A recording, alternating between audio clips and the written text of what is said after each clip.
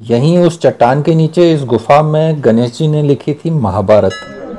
यहाँ पे नहीं खींचना, इन्होंने मेरे को रोक दिया खींचने से वीडियो। यही परेशानी है इनकी हर जगह। वह है उत्तराखंड में बद्रीनाथ के पास माना गांव की गणेश गुफा।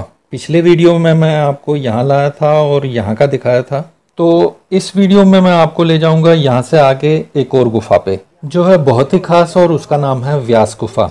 बढ़े फिर आगे। ये है चैनल रेन ए और मैं हूँ रैना, अनिल रैना। पूरा माना गांव अलग अलग देवी देवताओं की सुंदर सुंदर पेंटिंगों और बाकी पेंटिंगों से सजा हुआ है। अभी मैं व्यास गुफा जा रहा हूँ, तो वो देखिए व्यास जी दिखाए गए हैं पोथी लिखते हुए व्यास गुफा के सामने। व्यास गुफा के लिए सीढ़ियाँ चढ़नी पड़ेंगी, काफ़ी है। ज़्यादा है मेरे लिए तो, काफ़ी ही है। ये देखिए ऐसे ऐसे ऐसे ऐसे, पता नहीं कहाँ तक जाना है। ऊपर वाले वो उस रोड तक तो जाना नहीं होगा मेरे ख्याल से। यहीं के हो क्या? कितना ऊंचा है भाई? वो पेड़ के सामने है। किस? अच्छा वो पेड़, ठीक है। बोल रहे हैं वो सामने वाले पेड़ के पास है, तो उतना ज़्यादा नहीं है मेरे लिए, तो भी काफ़ी ही होगा ज़्यादा। यहाँ पे कुछ लोगों को कंडी में उठा के ले जाया जा रहा है। कंडी यानी ये टोकरी जैसी जिसमें इन्हें बिठाया गया है। कुछ लोग इस पिट्ठू सिस्टम को सही नहीं मानते हैं, वो इसे ए फॉर्म ऑफ क्रूएल्टी समझते हैं। पर यहाँ पे ये भी देखना होगा कि 6 महीने तो इस इलाके में बिल्कुल बर्फ़ ही पड़ी रहती है, तो इनका सोर्स ऑफ लाइवलीहुड तो बिल्कुल ही लिमिटेड है। अगर ये अपनी मर्ज़ी से कर रहे हैं और ये कर पा रहे हैं तो उतना भी बुरा नहीं मानना चाहिए इस सब को। पर फिर सबके अपने अपने पॉइंट ऑफ व्यू हो सकते हैं। आसपास का व्यू देख लें। जब तक मैं ऊपर पहुंचता हूं, आप आसपास का व्यू देख लें।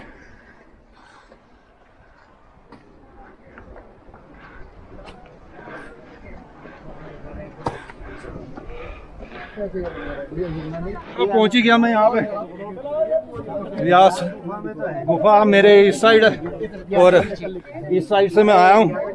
यहाँ पे कोई गुरुदेव हैं किसी के? हाँ जी। हरिद्वार भगवत धाम आश्रम के महामंडलेश्वर स्वामी श्री आचार्य स्वामी विवेकानंद जी महामंडल न्याय वेदांताचार्य। अच्छा, तो ये हैं ये? और उनके शिष्य हैं स्वामी रविंद्रानंद जी, बाकी अन्य सभी भक्तगण। जी जी, तो ये उन्हीं के साथ फोटो वोटो खींच रहे हैं यहाँ पे, और मैं चलता हूँ इधर की ओर व्यास गुफा के अंदर। मैं जरा अंदर हो। यहाँ बाहर लिखा हुआ है कि वेद व्यास जी ने इसी गुफा में बैठकर वेदों को 4 भागों में विभाजित किया तथा स्वतः पुराणों को लिखा। महाभारत को लिखने के लिए श्री गणेश जी का आवाहन किया।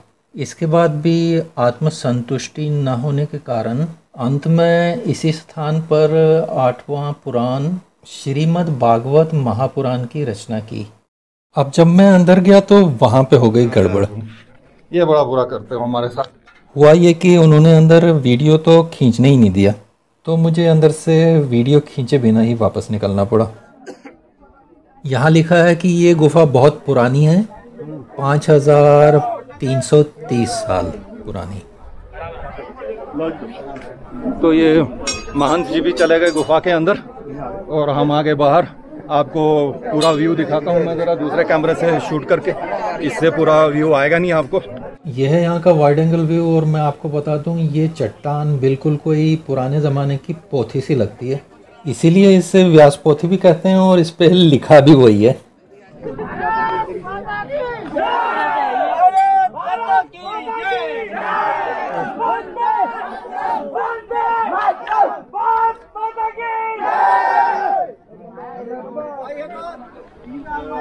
गुफा से मैं बाहर आ गया हूँ।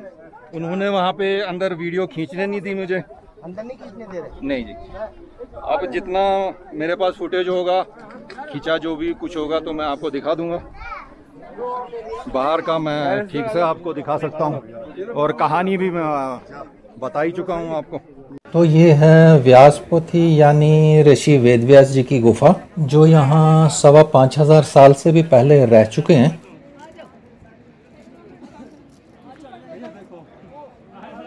और यहाँ से है ये हमारे भारत का झंडा जो लगा हुआ है यहाँ इंडो चाइना बॉर्डर पे पड़ने वाले लास्ट दुकान पे।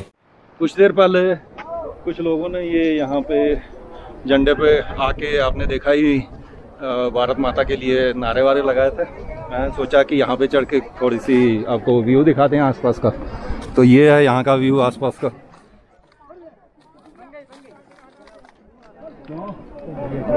ऊपर लोग वहाँ चढ़े हुए हैं सेल्फियाँ खींचने के लिए। राधे राधे। तो ये तो आपको पता ही है, कहीं जाएं हम तो वो काम करना तो ज़रूरी है। यहाँ से मैं अब नीचे चलता हूँ वापस, क्योंकि अंदर मैंने गुफा में दर्शन भी कर लिए। वीडियो उन्होंने खींचने नहीं दिया तो क्या हुआ, पर दर्शन तो कर लिए मैंने। अरे हाँ, एक बात तो मैं आपको बताना भूल ही गया था कि अंदर गुफा में है वेद व्यास जी की मूर्ति, उनके बेटे शुकदेव की और वल्लभाचार्य की, विष्णु की भी। वो जो ऊपर सड़क बनी हुई है वो मुझे लगता है फोर्सेस के लिए बनी हुई है, वहाँ पे सिविलियंस ड्राइव नहीं कर सकते। यहाँ पे एक दुकान है तो मैं उनसे बात कर लेता हूँ जरा। पुरोहित है आपके, दे दूं? ये इस दुकान की खासियत क्या है? इस दुकान की खासियत ये है अच्छा कि ये लास्ट गांव है, माना गांव। यहाँ पे लास्ट टी शॉप है। इसको 40 साल हो गए। इससे आगे ना कोई दुकान है ना कोई गांव है। इससे आगे 60 किलोमीटर बॉर्डर है, चाइना बॉर्डर। Okay okay. और ये लास्ट टी शॉप है। इस दुकान को 40 साल हो गए। अगर आपको यकीन नहीं होता तो आप गाँव के बुजुर्ग है हमारे, कम से कम जिनको 80 साल हो गए, 90 साल हो गए, उनको पूछ सकते हैं। नहीं, हमारे को बिल्कुल विश्वास है आप पे। ये लास्ट दुकान ही है, हम मानते हैं आपका। आज के डेट में 3 दुकान है। हाँ जी, हाँ जी। लेकिन काफी लोग कंफ्यूज हो जाते हैं। हाँ जी। लेकिन जो ओरिजिनल है, जो व्यास के पास है, वो ये है। आपने उसमें अपने दोस्तों को, अपने पुरुषों को ये बोल सकते हैं कि जो ओरिजिनल है। हाँ जी, आपने सुन लिया, ओरिजिनल वाली दुकान यही है। पुरानी वाली दुकान, पुरानी सबसे पहले वाली दुकान यही है। बॉर्डर से पहले यही दुकान पड़ती है, मतलब कि लास्ट दुकान यहाँ की ये कह रहे हैं कि यही है। यहाँ से अब हम वापस चलते हैं क्योंकि बहुत देर हो चुकी है और मुझे बहुत दूर तक जाना है, तो अपना मैं स्पीड बढ़ा लेता हूँ वापसी की, नहीं तो मेरे को अपने लोग कहीं यहीं छोड़ के चले न जाएं। ऐसे ही बोल रहा था, कोई जाने वाला नहीं है, मेरा इंतज़ार तो करेंगे लेकिन परेशान होंगे, तो क्या ज़रूरत है उन्हें परेशान करने की। मैं वापस ही लौट चलता हूँ फटाफट।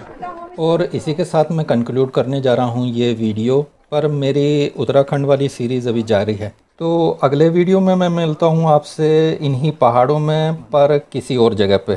तब तक जूले, नमस्कार, सत श्री अकाल।